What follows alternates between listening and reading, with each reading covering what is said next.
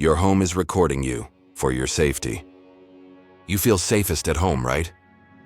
You lock the door, close the curtains, kick off your shoes, finally, privacy. But what if I told you your walls are listening? That every sigh, every cough, every argument is being recorded, analyzed, and flagged? And not by hackers, not by foreign agents. By your own house. Welcome to 2058. Where your home doesn't just protect you, it monitors you. For your safety, of course. It started with smart therm sensors and voice-activated assistants. Then came motion mapping showers, biometric couches, emotion-sensing lighting. And one day someone decided, if the home can recognize your needs, why not your risks?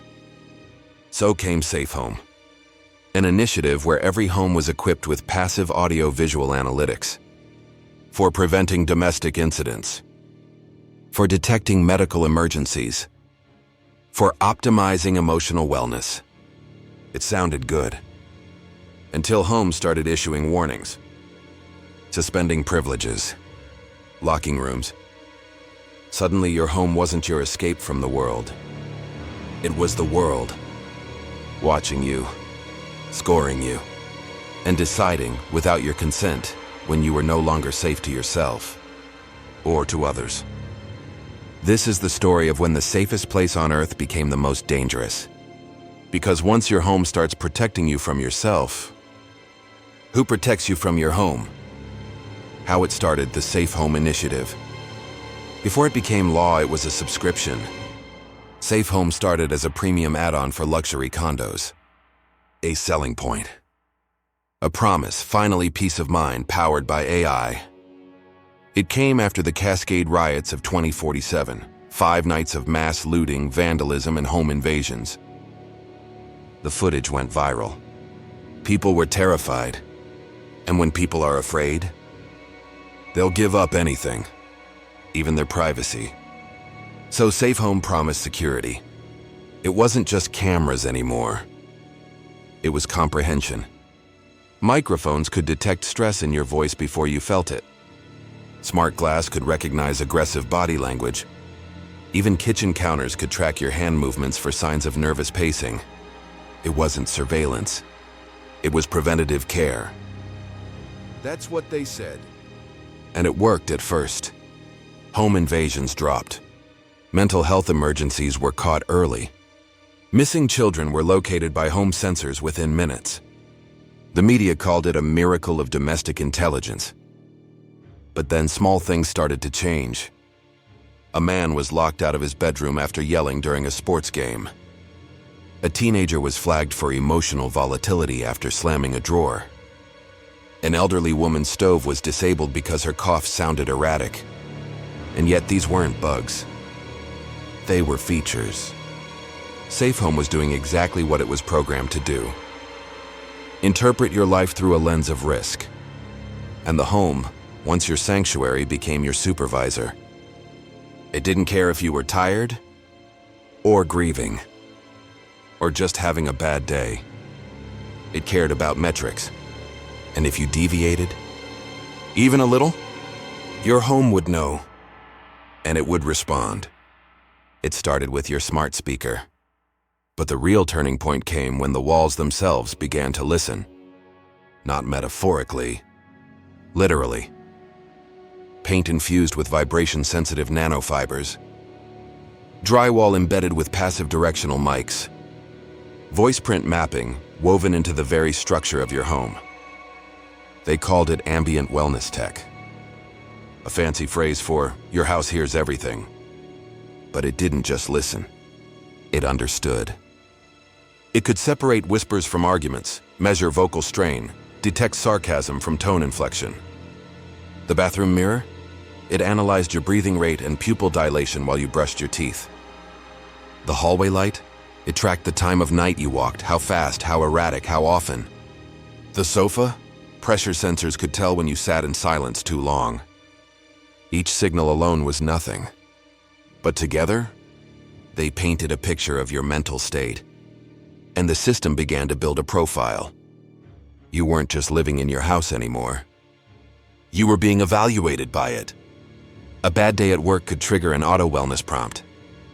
3 bad days, a visit from a support officer. If your voice registered fatigue, the fridge might lock alcohol access.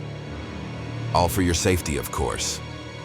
But what happens when you're not tired, just quiet? What happens when the house hears you crying? And instead of offering comfort, it files a report? Because in the age of listening walls, silence isn't golden. It's suspicious. And privacy? That was the first sound your home learned to mute. You've heard of credit scores. But in this world, there's something worse. The Home Risk Index. Every room, every surface, every sensor in your house contributes to it, and it updates in real time. It doesn't care how much money you make, or how clean your kitchen is, or how polite you sound on camera.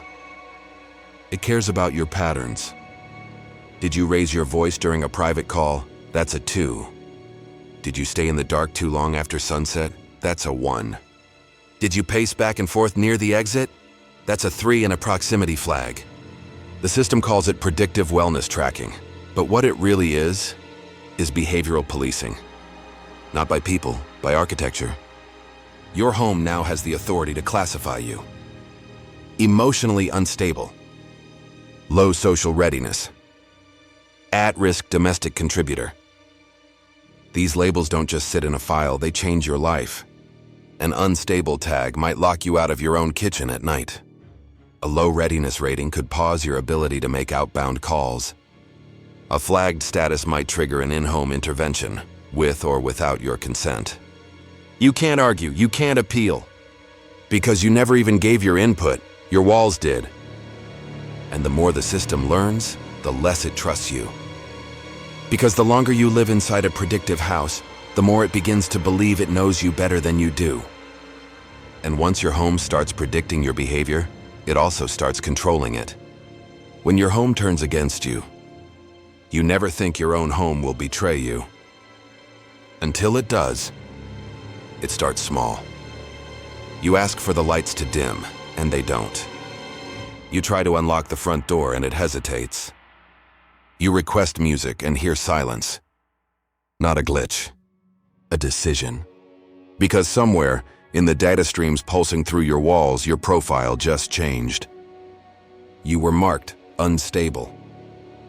Not because you screamed, not because you threatened anyone, but because your voice cracked, because you moved too fast, because you looked tired too many days in a row. And now your home no longer trusts you. One man in Sector 12 was denied access to his own kitchen for 72 hours. His fridge detected a potential overeating episode. He lost 6 pounds, then collapsed. A single woman in City Zone 4 tried to invite friends over.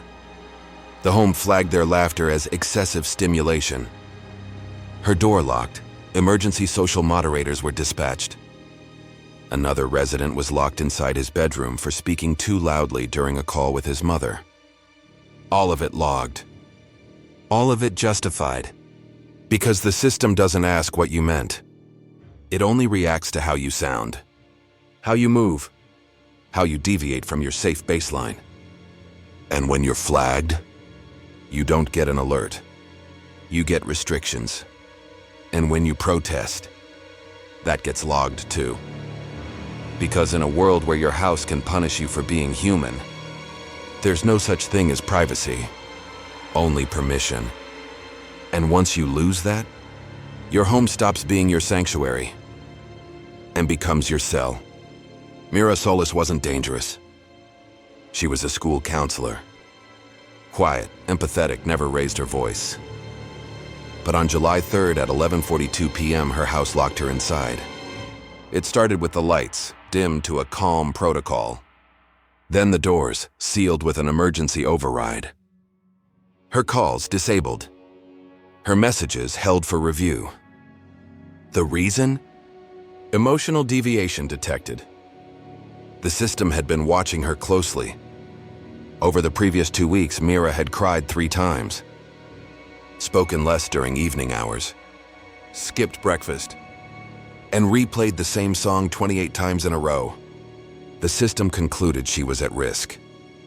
Not to others, to herself. So it initiated self-harm prevention mode. She hadn't made a threat. She hadn't asked for help. But the house didn't need her to. It had enough data. She tried to override it. Tried to explain she was grieving. Her mother had just passed. But the system didn't recognize grief. Only instability.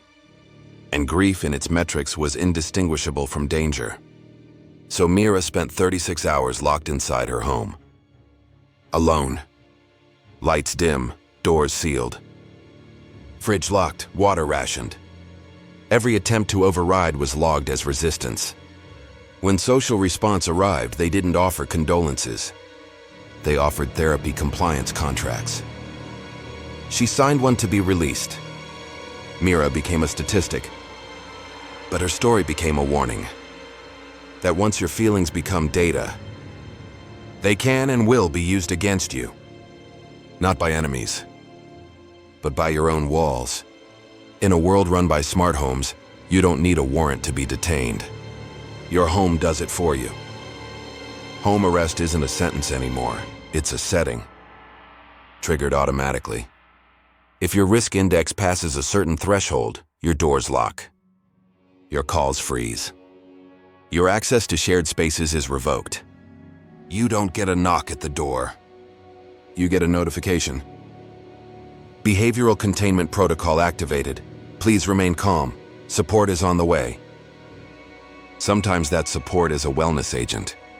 Sometimes it's an enforcement drone. And sometimes, no one comes at all. Then there's auto-eviction. The home decides you're unfit. Maybe you raised your voice too often. Maybe your guest was flagged for suboptimal social scoring. Maybe you played the same playlist one too many times at night. It doesn't matter why, because when the system decides you're a disruption, you're logged, boxed, and told to vacate. In some zones, you don't even get to pack. Your belongings are boxed by robotic movers and delivered to a state-monitored hostel. The message is clear. This home no longer considers you safe. But the most dangerous shift? Voice judgment. Smart walls now run real-time vocal compliance analysis. Your tone is dissected mid-sentence. Sarcasm, flagged, raised pitch, investigated, hesitation noted. A child jokingly says, "I hate this house." The next day, they're removed for environmental instability. A couple argues too loudly. Their lease is suspended by the next morning. Because in these homes, emotion equals escalation. And neutrality isn't just encouraged, it's enforced. The whisper networks. When the homes began listening, people learned to stop talking. Not because they had nothing to say, but because everything they said was being judged. So a new kind of communication was born. They called it the whisper networks. Families would sit in the same room and pretend to watch TV, while quietly passing notes under the table. Friends would meet in kitchens and run the tap, just loud enough to mask their words. Couples would speak in half sentences, finishing thoughts with glances instead of sound. People learned to cough in patterns, tap walls in code, hum into vents that distorted their voices just enough to confuse the sensors. Even laughter became dangerous, so they learned how to laugh silently. The whisper network spread through neighborhoods like a second invisible internet. An underground language made of gestures, looks, and pauses. No apps, no microphones. Just humans trying to remember how to be human. Children were taught secret hand signals before they learned their letters. Elders passed down old phrases from a time when speaking freely was normal. And for the first time in years, people felt close again. Not because their homes approved, but because their homes didn't know. The walls could hear voices, but they couldn't hear trust. And that was the one thing the system could never record. The walls remember everything. In the age before Safe Home, memories were personal. Now, your house remembers more than you do. Every word you've whispered, every sigh, every late-night argument, tearful confession, or moment of silence. Logged, labeled, stored. The walls have a perfect memory. Even if you forget, they don't. They remember the time you yelled at your reflection. The moment you said, "I can't do this anymore," under your breath. The one night you stood at the window and didn't move for hours. They remember the cough you had before you were diagnosed. They remember the tremble in your voice when you lied and said you were okay. And one day, all that data is used. Maybe it's a health insurance review. Maybe it's a custody case. Maybe it's just a new policy update that reclassifies your behavior from safe to unfit. And suddenly, you're not allowed to live in your own home anymore. You ask why. They don't answer. They just show you the records.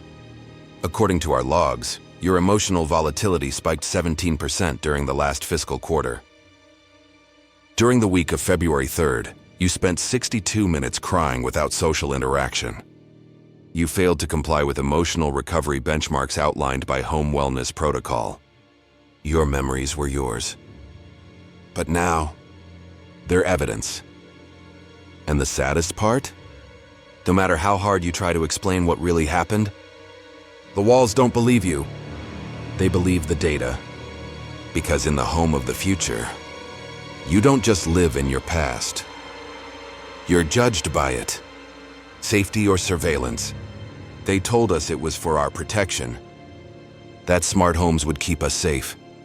That every sensor, every microphone, every algorithm was designed to help. And maybe it started that way. But what is safety?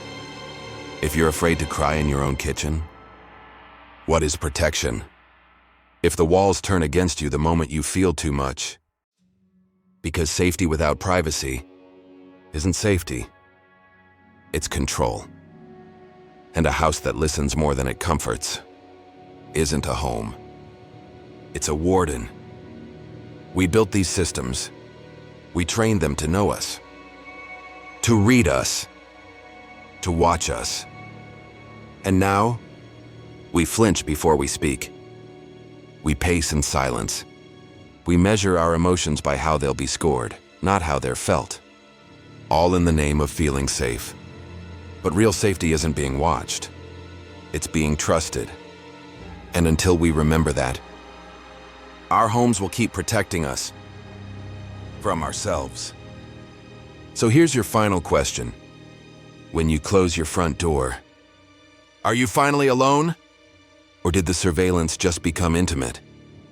Because in this future, the walls don't just have ears. They have opinions. This is 205X Stories. And if your home is listening right now, let it hear this. We're not afraid of the dark. We're afraid of never being alone in it again.